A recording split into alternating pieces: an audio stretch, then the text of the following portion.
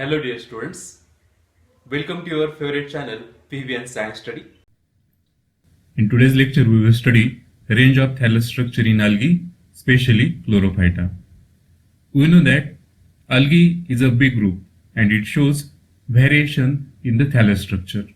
Plant body is known as thallus when it is not differentiated it into root, stem and leaves. So let us study range of thallus structure in algae. Thallus structure in Chlorophyta is mainly divided into two groups. First one is unicellular and second one it is multicellular.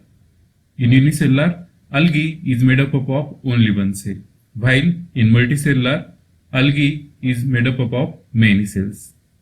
Unicellular is further divided into two groups. First is motile and second one is non-motile. When algae is showing movement from one place to another place, then it is called as motile, while when algae is not moving from one place to another place, then it is called as non-motile. So by this way, we have seen that unicellular is further divided into motile and non-motile. Multicellular algae, they are further divided into 7 different groups. First one it is colonial. When the algae are found in a colony that is in group, then it is called as colonial. This form of algae is further divided into two groups. One it is motile and another one it is non-motile. That means when the colony is moving with the help of flagella, then it is motile. However, when it is not showing any movement, then it is called as non-motile. Then the second form it is filamentous. Here the algae is filament-like. Filamentous algae is further divided into two groups. First group is known as unbranched and second one it is branched.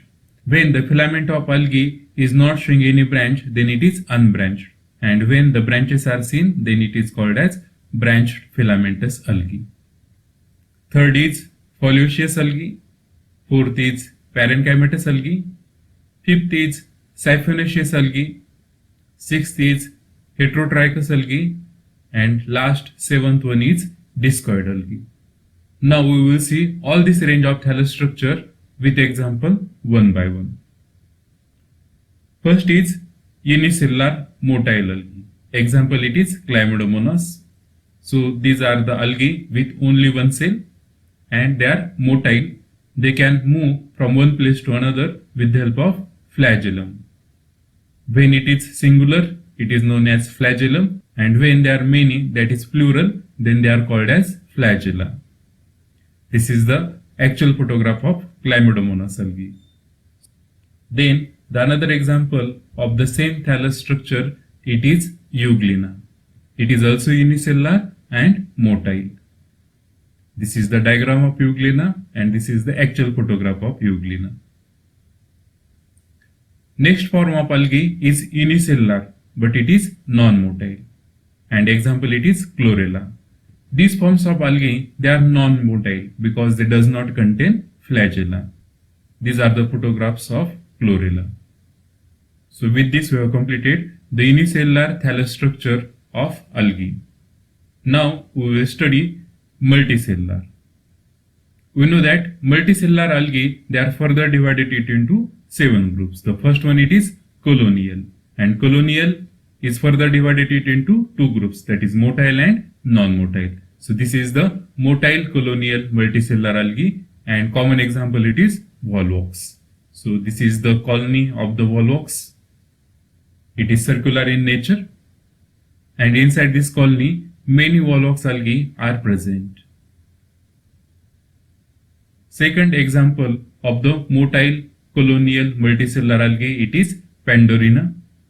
So this is the structure of Pandorina. This algae shows flagella for the movement, and so it is motile form of the colonial algae. Many Pandorina, they are found in a group. Third example of multicellular colonial motile algae, it is Eudorina. These are the photographs of the Eudorina. Here we can observe the flagella for the movement. With this we have completed the motile colonial algae. Now we will study non-motile colonial algae, and common example it is the Pediastra. So this is the photograph of the pediastrum. They are multicellular colonial, but they are non-motile because they does not contain flagella. Another example of multicellular colonial non-motile algae, it is the Hydrodictyon. So these algae, they are found in a group that is in colony, but they are non-motile. Another example of non-motile colonial algae, it is Synedesmus. So these are the photographs of Synedesmus. The second form of multicellular algae, it is filamentous. Filamentous algae, they are further divided it into unbranched and branched. So here we are going to observe the first, that is the unbranched, and common example it is Spirogyra. So these are the photographs of the Spirogyra, where we can observe that the algal body, it is like a filament, but they does not contain any branches, and so therefore it is known as unbranched. Another example of filamentous unbranched algae, it is Zygnema. The main difference between Spirogyra and Zygnema, it is in Spirogyra the chloroplast it is spiral, and here in Zygnema the chloroplast it is star shaped. So these are some of the photographs of the Zygnema. Third example of filamentous unbranched algae, it is Ulothrix. So these are the photographs of the Ulothrix, where we can observe that the filament it is unbranched. Next example of the same type, it is Odogonia. So here the filament are also unbranched and it is multicellular. With this we have completed unbranched filamentous algae. Now we will study the branched filamentous algae. Very common example it is Cladophora.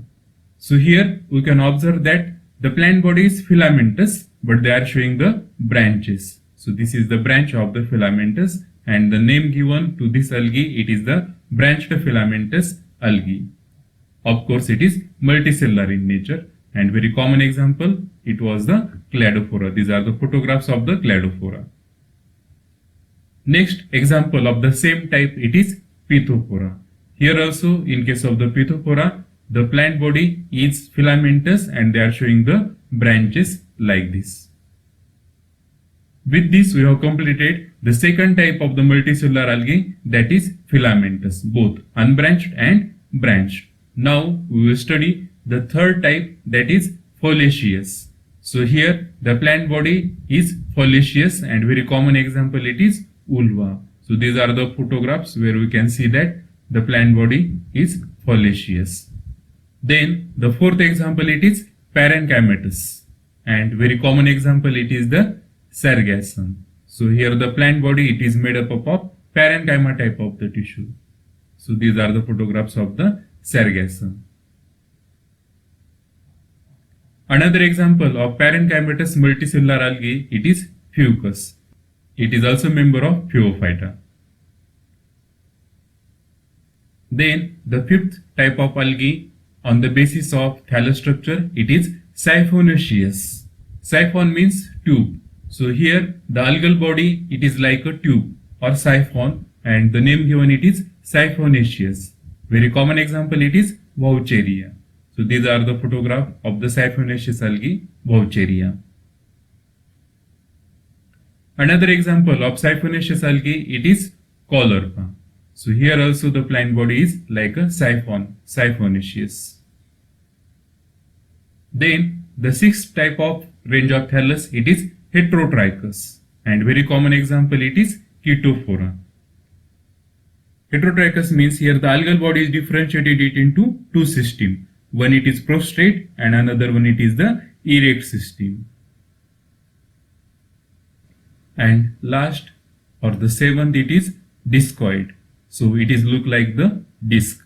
Common example of this form it is the Coleochaete. So dear students, with this we have completed 7 different forms of the algal structure which are belonging to the multicellular form. And with this we have completed range of thallus structure in algae. Thank you.